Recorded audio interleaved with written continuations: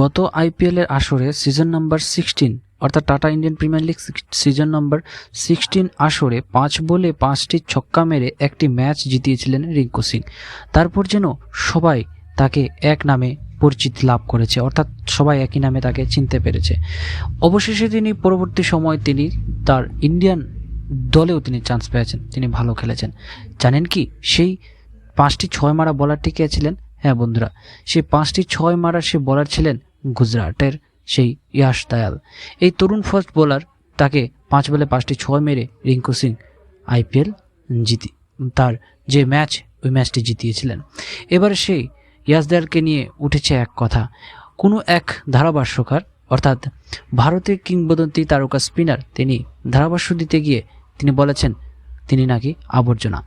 ইয়াশ দয়াল ইতিমধ্যে আরসিবির হয়ে খেলছেন, অর্থাৎ গত মৌসুমে তিনি গুজরাটের হয়ে খেলছিলেন, এবার আরসিবির হয়ে তিনি খেলছেন। 5 কোটি রুপি দিয়ে তাকে নেওয়া হয়েছে।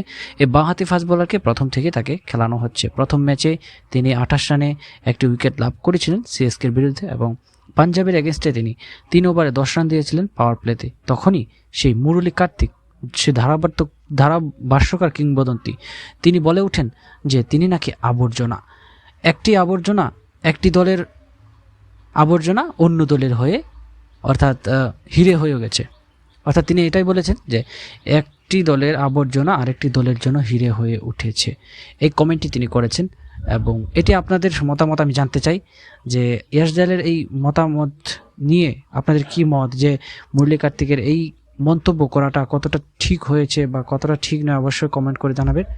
আর ইয়াশ দয়ালের এই কমেন্টটা তার বিরুদ্ধে যেটা এসছে সেটা কি আদৌ ঠিক কিনা সেটাও আপনারা কমেন্ট করে জানাবেন। তো চ্যানেলের সঙ্গে থাকবেন আরও নিত্য নতুন ভিডিও পেতে, আর ভিডিওটি লাইক এবং শেয়ার করতে ভুলবেন না।